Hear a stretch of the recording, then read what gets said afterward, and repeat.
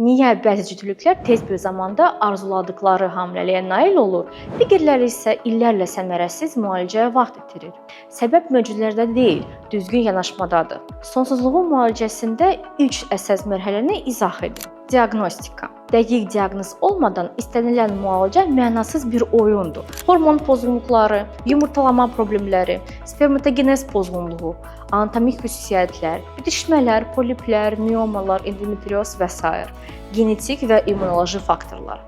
Diaqnoz qoyulduqdan sonra müalicə fərdi şəkildə təyin edilir. Dərman terapiyası, yumurtalamanın stimulyasiyası, hormonal müalicə, cərrahi müdaxilə, poliplərin, bitişmələrin götürülməsi, anatomik problemlərin düzəlməsi.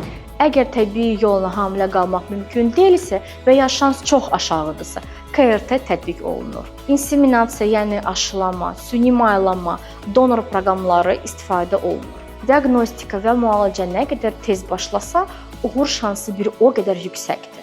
Ən vacib səmərəli həll yolu təklif edə bilən mütəxəssisə müraciət etməkdir. Məsləhət üçün qeydiyyatdan keçin və arzunuza birlikdə çataq.